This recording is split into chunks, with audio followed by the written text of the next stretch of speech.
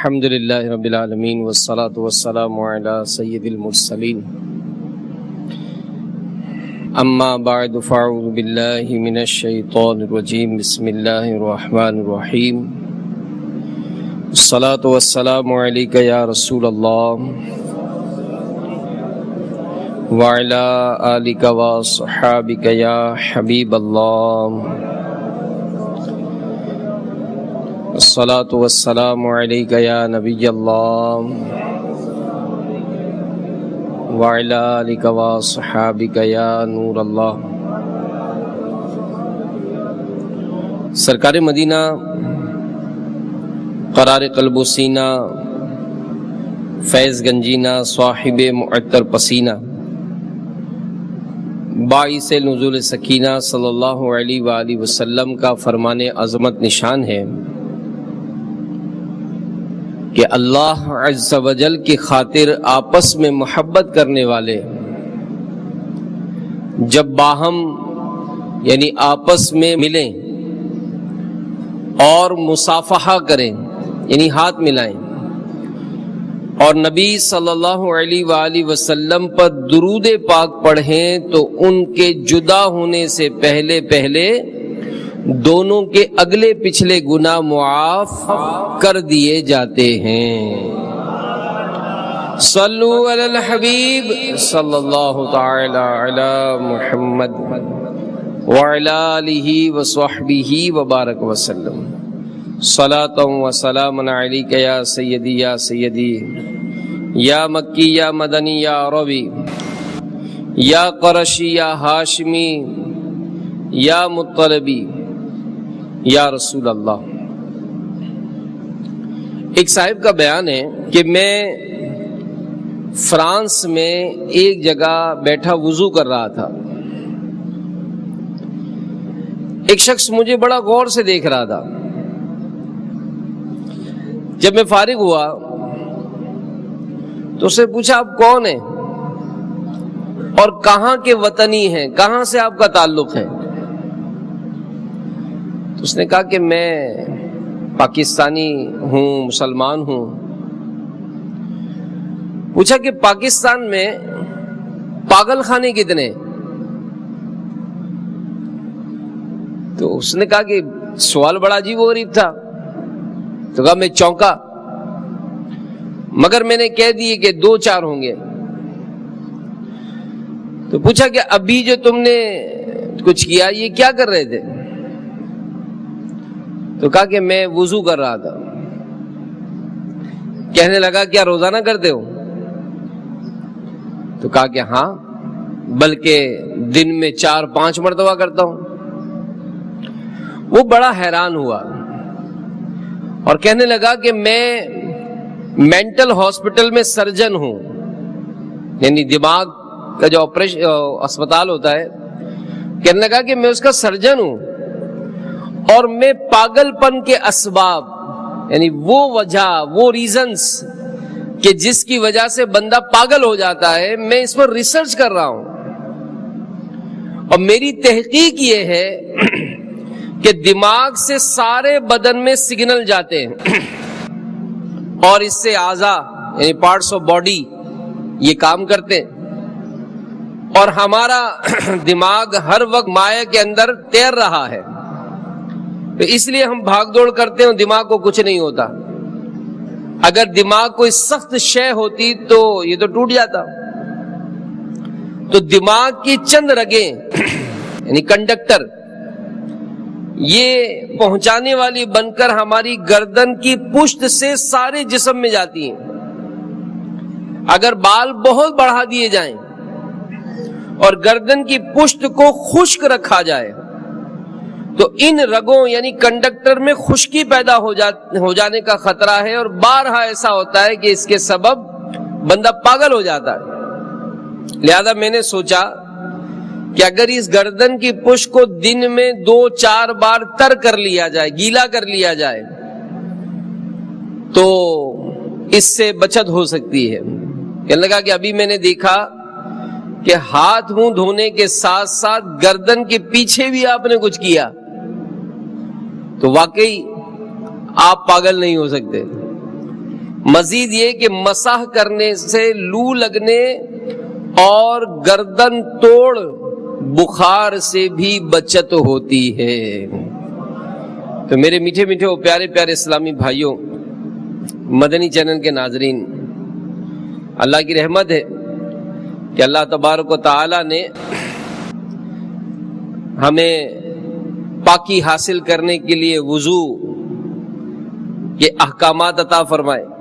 آج بھی ہم انشاءاللہ مزید اس پر کچھ باتیں سنیں گے۔ تو وضو میں متعدد سنتیں ہیں اور ہر سنت مخزن حکمت ہے، اس میں کوئی نہ کوئی حکمت پوشیدہ ہے، اور جو آزاد ہوئے جاتے ہیں، سبحان اللہ، اس کے بارے میں ایک صاحب کا بیان ہے کہ میں نے بیلجیم میں یونیورسٹی کے ایک غیر مسلم اسٹوڈنٹ کو اسلام کی دعوت دی، تو اس نے سوال کیا کہ وضو میں کیا کیا سائنسی حکمتیں ہیں۔ میں لاجواب ہو گیا، اس کو ایک عالم صاحب کے پاس لے گیا، لیکن ان کو بھی اس کی معلومات نہ تھی، یہاں تک کہ سائنسی معلومات رکھنے والے ایک شخص نے اس کو وضو کی کافی خوبیاں بتائیں، مگر گردن کے مسح کرنے کی حکمت بتانے سے وہ بھی قاصر رہا۔ وہ غیر مسلم نوجوان چلا گیا، کچھ عرصے کے بعد آیا اور کہنے لگا کہ ہمارے پروفیسر نے دوران لیکچر بتایا کہ اگر گردن کی پشت اور اطراف پر روزانہ پانی کے چند قطرے ڈال دیے جائیں تو ریڑھ کی ہڈی اور حرام مغز کی خرابی سے پیدا ہونے والے امراض سے تحفظ حاصل ہوتا ہے۔ تو یہ سن کر وضو میں گردن کی مسح کی حکمت میری سمجھ میں آ گئی، لہذا میں مسلمان ہونا چاہتا ہوں۔ وہ کلمہ پڑھ کر مسلمان ہو گئے۔ تو میرے میٹھے میٹھے پیارے پیارے اسلامی بھائیوں، الحمدللہ اسلام نے اپنے ماننے والوں کو بڑی پیاری پیاری نعمتیں و برکتیں عطا فرمائیں۔ مغربی ممالک جو ہیں، غیر مسلم جو ممالک ہیں، ان میں مایوسی، ڈپریشن، اس کا مرض یہ ترقی پر ہے، اور لوگوں کے دماغ فیل ہو رہے ہیں۔ پاگل خانوں کی تعداد میں ان ممالک میں اضافہ ہوتا جا رہا ہے۔ نفسیاتی امراض کے ماہرین کے یہاں مریضوں کا تانتا بندھا ہوا ہے، رش ہی رش ہے۔ اور مغربی جرمنی کے ڈپلوما ہولڈر ایک پاکستانی فزیو تھراپسٹ کا کہنا ہے کہ مغربی جرمنی میں ایک سیمینار ہوا جس کا موضوع تھا مایوسی، ڈپریشن کا علاج ادویات کے علاوہ کن کن طریقوں سے ممکن ہے۔ ایک ڈاکٹر نے اپنے مقالے میں، اپنے لیکچر میں یہ حیرت انگیز انکشاف کیا کہ میں نے ڈپریشن کے چند مریضوں کے روزانہ 5 بار منہ دھلائے، کچھ عرصے بعد ان کی بیماری کم ہو گئی۔ پھر ایسے ہی مریضوں کے دوسرے گروپ کے روزانہ 5 بار ہاتھ، منہ اور پاؤں دھلوائے تو مرض میں بہت افاقہ ہو گیا، یعنی کمی آ گئی۔ یہی ڈاکٹر اپنے مقالے کے آخر میں اعتراف کرتا ہے کہ مسلمانوں میں مایوسی کا مرض بہت کم پایا جاتا ہے، کیونکہ وہ دن میں کئی مرتبہ ہاتھ، منہ اور پاؤں دھوتے یعنی وضو کرتے ہیں۔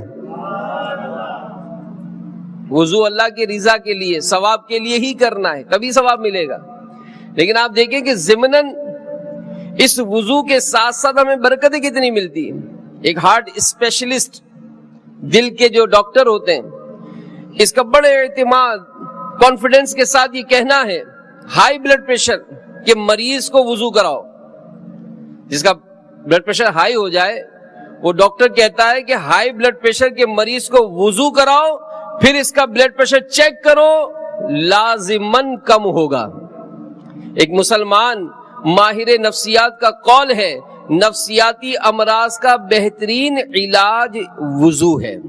مغربی ماہرین نفسیاتی مریضوں کو وضو کی طرح روزانہ کئی بار بدن پر پانی لگواتے تھے۔ یہ مسلمان کتنا نادان ہے کہ اپنے نبی صلی اللہ علیہ وآلہ وسلم کی سنتیں چھوڑ کر، اسلام کے دیے ہوئے ان پیارے پیارے طریقوں کو چھوڑ کر یہ نہ جانے کہاں کہاں بھٹک رہا ہے۔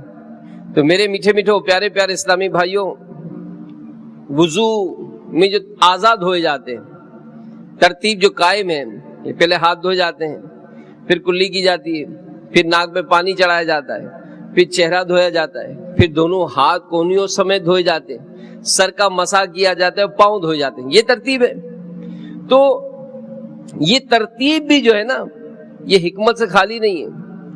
پہلے ہاتھ پانی میں ڈالنے سے جسم کا اعصابی نظام ایکٹیو ہو جاتا ہے، پھر آہستہ آہستہ چہرے اور دماغ کی رگوں کی طرف اس کے اثرات پہنچتے ہیں. وضو میں پہلے ہاتھ دھونے، پھر کلی کرنے، پھر ناک میں پانی ڈالنے، پھر چہرہ اور دیگر اعضاء دھونے کی ترتیب فالج کے روک تھام کے لیے مفید ہے. اگر چہرہ دھونے سے اور مسح کرنے سے آغاز کیا جائے تو بدن کئی بیماریوں سے مبتلا ہو سکتا ہے. کسی عالم صاحب سے پوچھا گیا کہ حضور یہ بتائیے کہ وضو کے جو فرائض ہیں تو اس میں تو چہرہ دھونا ہے، ہاتھ دھونا ہے، سر کا مسح کرنا ہے اور پاؤں دھونا ہے، لیکن آپ یہ سنتیں آداب بھی لکھتے ہیں کہ جناب پہلے ہاتھ دھوئیں، پھر کلی کریں، پھر ناک میں پانی چڑھائیں اور پھر آپ فرائض شروع کریں. اس میں کیا حکمت ہے؟ تو ان عالم صاحب نے فرمایا کہ جس پانی سے وضو کیا جائے وہ پانی پاک ہونا چاہیے، اور پانی کے پاک ہونے کی جو علامات ہیں اس میں یہ بھی ہے کہ یہ بے رنگ ہو، اس میں کوئی رنگ ملا ہوا نہ ہو، بے بو ہو، اس میں کوئی بدبو وغیرہ نہ ہو، بے ذائقہ ہو. تو جیسے پانی کو ہاتھ میں لیا جاتا ہے نا، تو ہاتھ میں لیتے ہی پتہ چل جاتا ہے کہ اس میں کوئی رنگ ملا ہوا نہیں ہے اور ہاتھ دھو لیا آپ نے. جیسے ہی پانی سے کلی کی جاتی ہے تو اس کا ذائقہ پتہ چل جاتا ہے کہ اس میں کوئی ذائقہ نہیں ہے، اور جیسے ہی ناک میں پانی چڑھایا جاتا ہے تو اب پتہ چلتا ہے کہ کوئی بدبو وغیرہ نہیں ہے. تو جب یہ تسلی ہو جائے کہ پانی صحیح ہے تو اب جو فرائض ہے وہ ادا کر لیں.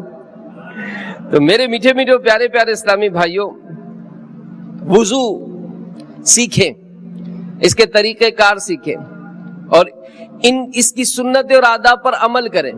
جیسا کہ مسواک ہی کو لے لیجئے. بچہ جانتا ہے کہ وضو میں مسواک کرنا سنت ہے، وضو میں مسواک کرنا سنت. اور دعوت اسلامی کے مدنی ماحول میں الحمدللہ یہ مسواک جو ہے وہ دل سے لگا کر رکھی جاتی ہے. اس کی باقاعدہ ایک چھوٹی سی جیب بنائی جاتی ہے کہ جناب یہ جیب بنی ہوئی ہوگی تو اس میں مسواک رکھنا آسان ہوگا. تو یہ مسواک دل سے لگا کر رکھی، اور جب وضو کر رہے ہیں اس میں مسواک کا استعمال کر رہے ہیں. سوئٹزرلینڈ میں ایک نو مسلم سے صاحب فرماتے کہ میری ملاقات ہوئی تو اس کو میں نے تحفے میں مسواک پیش کی. اس نے خوش ہو کر اسے لیا اور چوم کر آنکھوں سے لگایا اور ایک دم اس کی آنکھوں سے آنسو چھلک پڑے. اس نے جیب سے ایک رومال نکالا، اس کی تہ کھولی، اس میں تقریباً 2 انچ کا چھوٹا سا مسواک کا ٹکڑا تھا. کہنے لگا کہ میں جب مسلمان ہوا تھا تو اس وقت کے مسلمانوں نے مجھے تحفے میں دیا تھا، میں نے بہت سنبھال کر اس کو استعمال کر رہا تھا. یہ ختم ہونے کو دی تو مجھے بڑی تشویش تھی کہ آگے کیا ہوگا. اللہ نے کرم فرمایا، آپ نے مجھے مسواک عنایت فرمائی. پھر اس نے بتایا کہ ایک عرصے سے میں دانتوں اور مسوڑوں کی تکلیف سے دوچار تھا، ہمارے یہاں کے ڈینٹسٹ سے اس کا علاج نہیں بن پا رہا تھا. میں نے اس مسواک کا استعمال شروع کیا، تھوڑے ہی دنوں میں مجھے فائدہ ہوا. ڈاکٹر کے پاس گیا، وہ حیران رہ گیا، پوچھنے لگا میری دوا سے اتنی جلدی تمہارا مرض دور نہیں ہو سکتا، سوچو کوئی اور وجہ ہوگی. میں نے جب ذہن پر زور دیا تو خیال آیا کہ میں مسلمان ہو چکا ہوں اور یہ ساری برکت مسواک ہی کی ہے. جب میں نے ڈاکٹر کو مسواک دکھائی تو وہ بھی حیران ہو گیا. تو فیضان مسواک. تو میٹھے میٹھے اسلامی بھائیوں، مسواک میں بے شمار دینی و دنیاوی فوائد ہیں.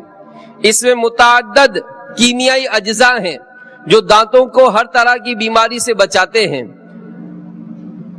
علماء فرماتے ہیں کہ مسواک سے قوت حافظہ قوت حافظہ بڑھاتی ہے، درد سر دور ہوتا ہے، سر کی رگوں کو سکون ملتا ہے، اس سے بلغم دور، نظر تیز، معدہ درست اور کھانا ہضم ہوتا ہے، عقل بڑھتی، بچوں کی پیدائش میں اضافہ ہوتا، بڑھاپا دیر میں آتا اور پیٹھ مضبوط ہوتی ہے۔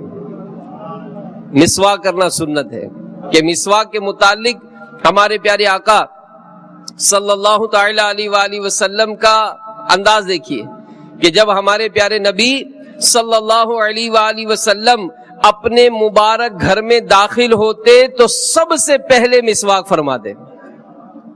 جب سرکار علیہ الصلوۃ والسلام نیند سے بیدار ہوتے تو مسواک فرماتے۔ تو ڈاکٹروں کا کہنا ہے کہ بعض اوقات گرمی اور معدے کی تیزابیت سے منہ میں چھالے پڑ جاتے ہیں اور اس مرض سے خاص قسم کے جراثیم منہ میں پھیل جاتے ہیں۔ اس کے علاج کے لیے منہ میں تازہ مسواک ملیں اور اس کا لعاب کچھ دیر کے لیے منہ کے اندر پھراتے رہیں۔ اس طرح کئی مریض ٹھیک ہو چکے ہیں۔ اب مسواک کرنے کا طریقہ یہ امیر اہل سنت الحمدللہ مدنی مذاکرے میں فرماتے ہیں، اور جیسا کہ پچھلے دنوں بھی عرض کیا تھا کہ ایک بڑی پیاری وی سی ڈی مکتبۃ المدینہ جاری کی ہے، نماز کے احکام، 4 CDs پر یہ مشتمل ہے۔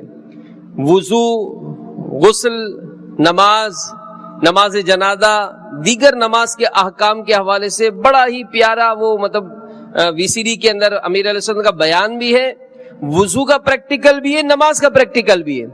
تو شاید یہ انداز دیکھ کر ہمیں احساس ہوگا کہ یار واقعی ہمارے وضو کرنے میں تو کئی ایک باتوں کی کمزوریاں ہوتی ہیں۔ تو میرے میٹھے میٹھے پیارے پیارے اسلامی بھائیوں، مسواک ہی کی اگر عادت بنائیں تو اس سے نیکیوں میں کتنا اضافہ ہوگا۔ سنیے، ہمارے پیارے نبی صلی اللہ تعالی علیہ وآلہ وسلم کا ارشاد ہے، 2 رکعت مسواک کے پڑھنا بغیر مسواک کی 70 رکعتوں سے افضل ہے۔ حضرت سیدنا ابن عباس رضی اللہ تعالیٰ عنہما روایت کرتے ہیں کہ مسواک میں 10 خوبیاں ہیں۔ مسواک میں 10 خوبیاں ہیں۔ منہ صاف کرتی، مسوڑے کو مضبوط بناتی، بینائی بڑھاتی، بلغم دور کرتی، منہ کی بدبو ختم کرتی، سنت کے موافق ہے، فرشتے خوش ہوتے ہیں، رب راضی ہوتا ہے، نیکی بڑھاتی، معدہ درست کرتی ہے۔ سبحان اللہ۔ امام شافعی رحمت اللہ تعالی علیہ فرماتے ہیں کہ 4 چیزیں عقل بڑھاتی ہیں۔ نمبر 1، فضول باتوں سے پرہیز۔ نمبر 2، مسواک کا استعمال۔ نمبر 3، صلحاء یعنی نیک لوگوں کی صحبت۔ اور نمبر 4، اپنے علم پر عمل کرنا۔ تو دعوت اسلامی کے مدنی ماحول میں الحمدللہ ہمیں اس کی ترغیب بھی ملتی ہے، پریکٹیکلی عمل کا بھی موقع ملتا ہے۔ فضول باتوں کے حوالے سے تو اللہ کی رحمت ہے، امیر اہل سنت کا تو باقاعدہ اس میں قفل مدینہ کی مدنی تحریک ہی چلاتے ہیں، اور ہر مہینے کے پہلے پیر شریف کو دعوت اسلامی کے مدنی ماحول میں رسالہ خاموش شہزادہ یہ پڑھا جاتا ہے کہ جس کو زیادہ بولنے کی عادت ہو، فضول باتیں کرنے کی عادت ہو، یہ رسالہ پڑھے۔ الحمدللہ اس کو اپنی گفتگو کا جائزہ لینے کا اولاً تو ذہن بن جائے گا کہ یار میں جو باتیں کرتا ہوں اس کا مقصد کیا ہے، پھر باتوں پہ فضول باتوں سے کس طرح رکا جائے، اور معاذ اللہ اس میں اگر گندی گفتگو کرنے کی عادت ہوگی تو اس سے بچنے کا اور ذہن بنے گا۔ تو امیر اہل سنت نے ماشاءاللہ زندگی کے تقریباً ہر ہی شعبے میں ہماری رہنمائی فرمائی ہے، اور یہ ہم نے دیکھا بزرگوں کا قول کہ جو عقل بڑھانے والے معاملات میں ایک ہے کہ فضول باتوں سے بچے۔ تو فضول باتوں سے بچنے کا اگر اور ذہن بنانا ہو، رسالہ خاموش شہزادہ دعوت اسلامی کی ویب سائٹ www.dawatislami.net سے ڈاؤن لوڈ کر لیں، اس کو ایک دفعہ پڑھ کر دیکھ لیں، آپ کا ذہن بنے گا۔ امیر اہل سنت نے اس میں مثالیں دی ہیں۔ اور پھر دوسری بات، مسواک کا استعمال۔ اللہ کی رحمت سے دعوت اسلامی کے مدنی ماحول میں مسواک کا ذہن ملتا ہے۔ پھر صلحاء یعنی نیک لوگوں کی صحبت، یہ اللہ کی رحمت ہے کہ جو صرف دعوت اسلامی کا مدنی ماحول اپنا لینا، چاہے وہ کام پر ہوں، مارکیٹ میں ہوں، آفس میں ہوں، اسکول میں ہوں، کالج میں ہوں، یہ ماحول خود بنانا پڑتا ہے۔ بعض اوقات ہوتا ہے اسلام بھائی کہتے ہیں یار ہمارے گاؤں میں جو دعوت اسلامی والا کوئی نہیں ہے. آپ اس پیغام کو آگے بڑھائیں.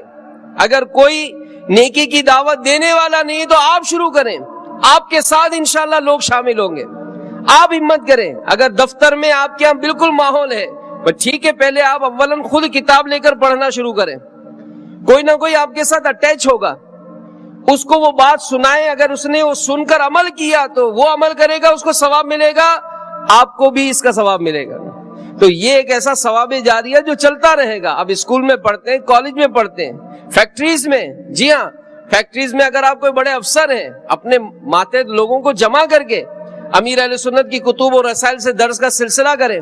آپ اپنے گھر میں درس کا سلسلہ شروع کریں. آپ حیران ہو جائیں گے کہ گھر میں, آپ کی فیکٹری میں, آپ کے اداروں میں, آپ کے آفیسز میں نیکی کا کیسا ماحول بن جائے گا. ایک دوسرے کا ادب ہوگا, ایک دوسرے کا احترام ہوگا. ہمیں اس بات کا احساس ہوگا کہ یار یہ دو بیٹھے ہیں نا, یہ میرے پیٹھ پیچھے میری برائی کریں گے ہی نہیں, اس لیے کہ غیبت کے خلاف جنگ جاری ہے. آپ کو اس بات کا خطرہ ہی نہیں ہوگا کہ یار یہ میری کوئی بات, منفی بات اس تک پہنچائے گا. کیوں کہ اس لیے کہ چغلی کرنے والا, اس کے متعلق تو ہم نے سزائیں سنی ہے. تو یوں ذہن بنتا ہے, فرد سے معاشرے کی اصلاح ہوتی ہے. تو اللہ کی رحمت ہے, ہر ہفتے کو مدنی مذاکرے کا سلسلہ ہوتا ہے. پھر امیر اہل سنت کا ماشاءاللہ جو انداز ہے اس میں ہے یہی, چھوٹے چھوٹے بچے ان باتوں کو پک کرتے ہیں. تو ہمیں چاہیے کہ ان ایسی گیدرنگز کو ڈھونڈیں, آئیں اور بیٹھیں, تاکہ اس دعوت اسلامی کا فیضان نہ صرف ہم حاصل کریں بلکہ دنیا کو دیں. اللہ کی رحمت ہے کہ دعوت اسلامی کا مدنی ماحول ہر شعبے میں رہنمائی کرتا نظر آتا ہے. آپ حج پر جا رہے ہیں, آپ کے متعلقہ کوئی افراد حج پر جا رہے ہیں, رشتہ داروں میں کوئی جا رہا ہے, دفتر سے کوئی جا رہا ہے. ظاہر ہے ہزاروں مسلمان بلکہ دنیا سے لاکھوں مسلمان حج کرتے, تو ان کو حج کے مسائل کون بیان کرے, ان کو حج کے حوالے سے احتیاطیں کون بیان کرے. دعوت اسلامی اس معاملے میں بھی رہنمائی کرتی. تو میں عرض کر رہا تھا, صلحاء کی صحبت, نیک لوگوں کی صحبت, یہ عقل بڑھاتی ہے. پھر اپنے علم پر عمل کرنا. تو ظاہر ہے جب یہ مسواک کا معاملہ ہوا, ہو سکتا ہے کوئی جوش میں آئے اور جناب مسواک خرید کر لے جائے. اب ہر وضو سے پہلے مسواک کرے تو ثواب ملے گا نا. اسی طرح جب ہم نے ثواب پایا تو دوسروں کو ترغیب دلائیں گے. تو یوں نیکی کی دعوت کا سلسلہ عام ہوتا ہے. تو بہرحال بعض اوقات ان چیزوں پر خرچہ کرنے سے ہمارا نفس کو گراں گزرتا ہے. حضرت ابو بکر شبلی بغدادی رحمت اللہ تعالی علیہ, وضو کے وقت مسواک کی ضرورت ہوئی. اب مسواک تلاش کی تو ملی نہیں. آپ نے 1 دینار یعنی 1 سونے کی اشرفی میں مسواک خرید کر استعمال فرمائی. تو بعض لوگوں نے کہا کہ حضرت یہ تو آپ نے بہت خرچ کر ڈالا, اتنی مہنگی بھی کبھی مسواک لیتے. تو آپ نے فرمایا کہ بے شک یہ دنیا اور اس کی تمام چیزیں اللہ عز و جل کے نزدیک مچھر کے پر کے برابر بھی حیثیت نہیں رکھتی. اگر بروز قیامت اللہ عز و جل نے مجھ سے پوچھ لیا تو کیا جواب دوں گا کہ تو نے میرے پیارے حبیب صلی اللہ علیہ وآلہ وسلم کی سنت مسواک کیوں ترک کی؟ میں نے تجھے جو مال و دولت دیا تھا اس کی حقیقت میرے نزدیک مچھر کے پر برابر نہیں تھی, تو آخر ایسی حقیر دولت اتنی عظیم سنت مسواک حاصل کرنے پر کیوں خرچ نہ کی؟ تو جو مسواک کا عادی ہوتا ہے, مفتی امجد علی اعظمی رحمت اللہ تعالی علیہ باہر شریعت میں نقل فرماتے ہیں کہ جو شخص مسواک کا عادی ہو مرتے وقت اسے کلمہ پڑھنا نصیب ہوگا. جو افیون کھاتا ہو مرتے وقت اسے کلمہ نصیب نہ ہوگا. تو مسواک اگر ہے تو مسواک کا طریقہ بھی سکھا جائے کہ سنت طریقہ کیا ہے, مسواک کیسی ہونی چاہیے. اس کے لیے مسواک شریف کے فضائل نامی رسالہ, یہ بھی امیر اہل سنت نے تحریر فرمایا, اس کو لیجئے, انشاءاللہ اس کو پڑھیں گے, کافی معلومات ہوگی. پھر وضو کے حوالے سے ہم سن رہے تھے, تو وضو کے چند سنت اور آداب, اس حوالے سے بھی ایک اہم بات جو میں آپ کو عرض کرنے آج چاہ رہا تھا کہ آج اس موضوع پر بھی ہم کچھ کلام کریں, وہ یہ کہ وضو کے مکروہات کیا ہیں, ناپسندیدہ کام وضو کے دوران.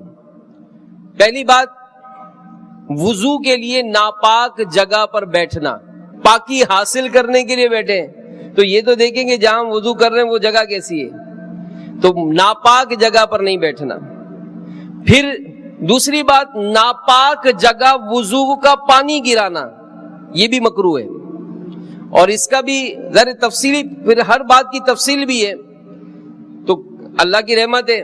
اب وضو خانے کیسے بنانے، اس پر بھی امیر اہل سنت نے رہنمائی فرمائی ہے، بلکہ جو رسالہ ہے وضو کا طریقہ، اس کے پیچھے باقاعدہ نقشہ بنایا ہوا ہے، اور امیر اہل سنت نے اپنے ایک مدنی مذاکرے میں فرمایا اتنا بڑا بنگلہ بناتے ہیں، اتنا بڑا گھر بناتے ہیں، نہ جانے کیسے کیسے شاور اور ٹپ لگا لیتے، نہیں بناتے تو وضو خانہ نہیں بناتے۔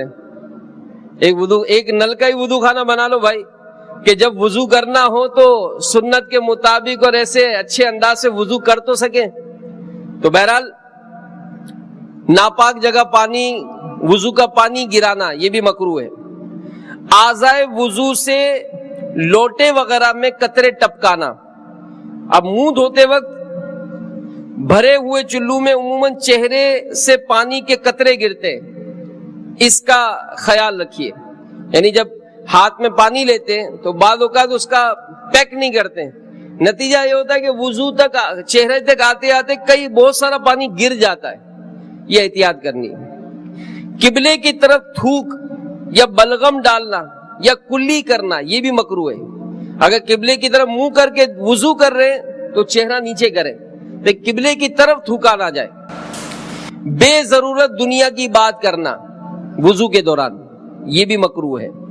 زیادہ پانی خرچ کرنا وضو کے دوران، زیادہ پانی خرچ کرنا، اب ظاہر اس پہ بھی پوری تفصیل ہے کہ آپ اگر ہاتھ دھوتے ہیں تو ہاتھ دھونے میں نل کتنا کھولا جائے گا، اگر کلی کے لیے چلو بھرا ہم نے اور کلی کرتے کرتے جو پانی گر رہا ہے اس کو بچانے کے لیے انداز کیا ہوگا، یہ سارا آپ کو وضو کا طریقہ اس میں سیکھنے کا موقع ملے گا۔ پھر باہر شریعت میں مفتی امجد علی آدمی رحمت اللہ تعالی علیہ فرماتے ہیں کہ ناک میں پانی ڈالتے وقت آدھا چلو لینا کافی ہے، پورا چلو لینا یہ اسراف ہے۔ تو ناک میں پانی جاتا جتنا اتنا ہی لینا، ہم تو پورا بھرتے ہیں، بلکہ معاذ اللہ جب بھرتے ہیں تو یہ پورا گر رہا ہوتا ہے نیچے، تو ہمیں احتیاط سے نل کھولنا ہے اور آدھا چلو بھر کر ہم کو نل بند کر لینا ہے۔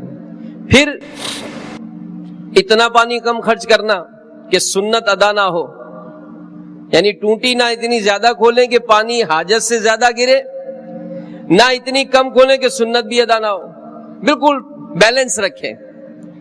منہ پر پانی مارنا یہ مکروہ ہے، بعض اوقات لوگ وضو کرتے ہیں تو برابر والا بھی اس کے پانی سے فیضیاب ہو رہا ہوتا، وہ پانی منہ پہ مارا، برابر کے پانی چھینٹے اڑ رہے ہیں، نہیں، پانی نہیں مارنا، بلکہ چہرہ دھوتے وقت تو امیر علیہ سنت کا بڑا پیارا انداز ہے کہ سر کے بالوں پر پانی گراتے ہیں جس سے پانی بہتا ہوا نیچے آ جاتا ہے۔ پھر بعض کی عادت ہوتی ہے کہ جب منہ پر پانی مارتے تو پھونک مارتے مگر منہ پر مارتے پھونک مارتے جس سے پانی اڑتا ہے، تو ایسا کرنا بھی وضو میں مکروہ ہے۔ ایک ہاتھ سے منہ دھونا یہ کفار کا طریقہ ہے، یہ بھی نہیں کرنا چاہیے۔ گلے کا مسح کرنا یہ بھی منع ہے۔ الٹے ہاتھ سے کلی کرنا یا ناک میں پانی چڑھانا، الٹے ہاتھ سے کلی کرنا یہ مکروہ ہے، الٹے ہاتھ سے ناک میں پانی چڑھانا یہ منع ہے۔ سیدھے ہاتھ سے کلی کریں گے، سیدھے ہاتھ سے ناک میں پانی چڑھائیں گے، ہاں ناک جب صاف کرنا ہوگا تو الٹے ہاتھ کی چھوٹی انگلی سے صاف کریں گے۔ 3 جدید پانیوں سے سر کا مسح کرنا، یعنی پانی لیا، 1 مرتبہ کیا، 2 مرتبہ کیا، 3 مرتبہ کیا، نہیں، 1 مرتبہ ہی سر ہاتھ کو اس طرح تر کرنا ہے اور سر کا مسح کرنا ہے کہ ایک ہی مرتبہ میں یہ ادا ہو جائے۔ اس کا طریقہ بھی اس پریکٹیکل میں آپ کو ملے گا، سیکھنا پڑے گا۔ پھر اسی طرح ہونٹ یا آنکھیں زور سے بند کرنا، اور اگر کچھ سوکھا رہ گیا تو وضو ہی نہیں ہوگا۔ تو یہ یاد رکھیے مدنی چینل کے ناظرین بھی، یہاں کے حاضرین بھی، کہ وضو کی ہر سنت کا ترک یہ مکروہ ہے، اسی طرح ہر مکروہ کا ترک یہ سنت ہے۔ تو انشاءاللہ ہم سنت کے مطابق وضو کریں گے انشاءاللہ۔ صلو علی الحبیب صلی اللہ تعالی علی محمد توبوا الی اللہ صلو علی الحبیب صلی اللہ تعالی علی محمد. تو یہ بڑا پیارا رسالہ امیر اہل سنت کا ہے. دو رسالے وضو کے حوالے سے, ایک تو وضو کا طریقہ اور دوسرا وضو اور سائنس. یہ بھی بڑا معلوماتی اور بڑا دلچسپ رسالہ ہے, خاص کر جو اسٹوڈنٹس ہیں, جو طلباء ہیں یونیورسٹیز کے, کالجز کے, یہ تو لازمی وضو اور سائنس رسالہ پڑھیں اور دیکھیں کہ ہمارے دین اسلام پر عمل کرنے میں ہمیں کیسی کیسی برکتیں یہ حاصل ہوتی ہیں. تو یہ جو بات ہو رہی تھی وضو کے پانی کے استعمال میں ضائع کرنا پانی کو, تو یہ یاد رکھیے کہ جب وضو میں بے تحاشا پانی ضائع کیا جائے گا, اور بعض نادانوں کو تو دیکھا جاتا ہے کہ وضو پر آتے ہیں نا, وضو خانے پہ تو سب سے پہلے تو نل کھولتے ہیں, نل کھولا اب وہ آسینے چڑھا رہے ہیں, اب وہ صحیح طریقے سے بیٹھ رہا ہے, تو اتنی دیر جو پانی جا رہا ہے تو یہ اسراف حرام اور جہنم میں لے جانے والا کام. تو ہم سب کو اللہ عز و جل سے ڈر کر اسراف سے بچنا چاہیے کہ قیامت کے روز ذرے ذرے قطرے قطرے کا حساب ہوگا. اسراف کی مذمت پر ہمارے پیارے نبی صلی اللہ علیہ وآلہ وسلم کا ارشاد سنیے کہ اللہ کے پیارے رسول مقبول سیدہ آمینہ رضی اللہ تعالی عنہا کے گلشن کے مہکتے پھول صلی اللہ علیہ وآلہ وسلم حضرت سیدنا سعد رضی اللہ تعالی عنہ پر گزرے تو وہ وضو کر رہے تھے. ارشاد فرمایا یہ اسراف کیسا؟ تو عرض کی کیا وضو میں بھی اسراف ہے؟ فرمایا ہاں اگرچہ تم جاری نہر پر ہو. تو میرے آقا اعلی حضرت امام اہل سنت رضی اللہ تعالی عنہ اس حدیث پاک کے تحت فرماتے ہیں کہ حدیث نے نہر جاری میں بھی اسراف ثابت فرمایا, اور اسراف شرع میں مذموم ہی ہو کر آیا. آیت قرآنی ہے وَلَا تُسْرِفُوا إِنَّهُ لَا يُحِبُّ الْمُسْرِفِينَ. ترجمہ کنز الایمان, بے شک بیجا خرچنے والے اسے پسند نہیں.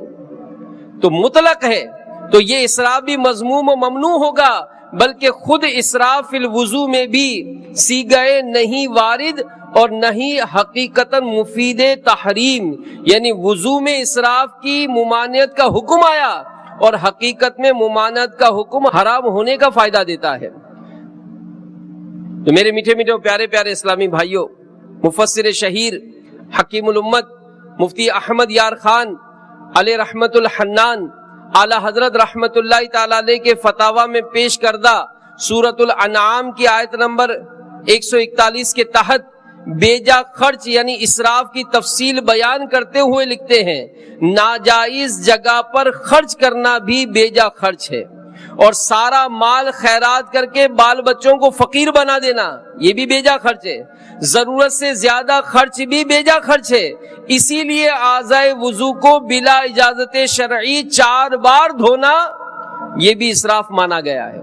بعض اوقات ہوتا ہے کہ ہاتھ دھوتے ہیں, اب یہ ہاتھ دھویا یہ 1 مرتبہ ہوا, پھر دھوتے ہوئے واپس لاتے یہ 2 مرتبہ ہوا ہے, پھر 3 مرتبہ, یعنی یہ اپنے زوم میں ہم 3 مرتبہ دھو رہے ہوتے ہیں لیکن در حقیقت یہ 5 یا 6 مرتبہ دھو رہے ہیں. تو ان ساری باتوں کا جو انداز آپ نے سیکھنا ہوگا, اللہ کی رحمت سے فیضان نماز کورس کریں, اس میں آپ کو سکھایا جائے گا. آپ اس کے متعلق مدنی قافلے میں سفر کو اپنا معمول بنائیں, اس میں سیکھنے کا موقع ملے گا. رات کو ہونے والے مدرسۃ المدینہ بالغان میں شرکت کریں, اس میں موقع ملے گا. مدنی چینل پر یہ سلسلے ہوتے ہیں, مکتبۃ المدینہ نے اس کی CDs اور کتابیں شائع کی ہیں. صرف جو اس وقت موضوع کے مطابق جو بات سمجھنی چاہیے وہ یہ کہ ہم کو دین اسلام کی معلومات لینے کا شوق ہو. دعوت اسلامی نے ہر طرح سے ہر معاملے میں ہمیں گویا پلیٹ فارم دیا ہے. اگر آپ کو مطالعہ کرنے کا ذہن ہے تو آپ کو کتابیں دی ہیں, آپ اگر چینلز دیکھتے ہیں آپ کو مدنی چینل دیا ہے, اگر آپ گیدرنگ میں بیٹھتے ہیں تو آپ کو مختلف کورسز دیے ہیں. آپ آئیے خود سیکھیے, اور جب خود سیکھیں گے تو دوسروں کو سکھانے کا موقع ملے گا. تو اللہ تعالی ہمیں دین کے کاموں کو کرنے کا جذبہ نصیب فرمائے, اور ہمیں اس خدمت کے لیے, دین کی خدمت کے لیے اللہ تعالی ہمیں قبول بھی فرمائے. آمین. صلو علی الحبیب صلی اللہ تعالی علی محمد وعلی آلہ وصحبہ وبارک وسلم. ایک اہم بات ایک اہم بات، بہت اہم بات ہے، اس کو بڑی غور سے سنیے. یہاں پر ایک بات جو امیر علیہ سنت نے توجہ دلائی، بہت اہم بات. وہ کیا؟ آپ فرماتے ہیں کہ مسجد و مدرسے کے وضو خانے کا پانی، یعنی ہم مسجدوں میں وضو کرتے ہیں نا، یا مدرسے میں طلبہ کرام وضو کرتے ہیں. امیر علیہ سنت فرماتے ہیں کہ مسجد اور مدرسے کے وضو خانے کا پانی یہ وقف کے حکم میں آتا ہے. اس پانی اور اپنے گھر کے پانی کے احکام میں فرق ہے.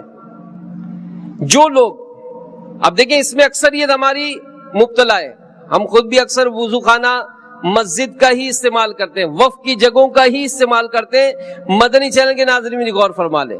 امیر علیہ سنت لکھتے ہیں جو لوگ مسجد کے وضو خانے پر بے دردی کے ساتھ پانی بہاتے ہیں، بلکہ وضو میں بلا ضرورت فقط غفلت یا جہالت کے سبب 3 سے زائد مرتبہ آزاد ہوتے ہیں، وہ اس مبارک فتوے پر غور فرمائیں، خوف خدا سے لرزیں، توبہ کریں. چنانچہ میرے آقا اعلی حضرت امام اہل سنت، ولی نعمت، عظیم البرکت، عظیم المرتبت، پروانہ شمع رسالت، مجدد دین و ملت، ماحی بدعت، حامی سنت، عالم شریعت، پیر طریقت، الشاہ امام احمد رضا خان علیہ رحمت الرحمان فرماتے ہیں اگر وقف پانی سے وضو کیا، جیسے دیکھیں مسجد و مدرسے کا پانی یہ وقف کا پانی ہے، اعلیٰ حضرت فرماتے ہیں اگر وقف پانی سے وضو کیا تو زیادہ خرچ کرنا بالاتفاق حرام ہے، کیونکہ اس میں زیادہ خرچ کرنے کی اجازت نہیں دی گئی. مدارس کا پانی اسی قسم کا ہوتا ہے جو کہ صرف انہی لوگوں کے لیے وقف ہوتا ہے جو شرعی وضو کرتے ہیں. اب آگے کیا فرماتے ہیں امیر علیہ سنت؟ فرماتے ہیں کہ جو اپنے آپ کو اسراف سے نہیں بچاتا اسے چاہیے کہ مملوکہ یعنی اپنی ملکیت کے مثلاً اپنے گھر کے پانی سے وضو کرے.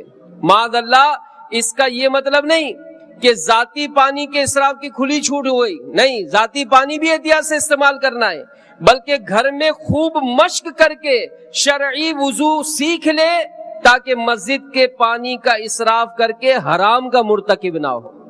تو یہ جو مساجد کے پانی کا چلتا ہے، ہمارے صدر صاحب بہت میرے اچھے تعلقات ہیں، میرے گھر میں پانی نہیں ہوتا تو ہم تو مسجد کا پانی بھر کے جاتے ہیں. آپ پوچھیں تو صحیح علماء اہل سنت سے کہ مسجد کے پائپ لگایا، مسجد کی مشین چل رہی ہے، ٹھنڈا پانی.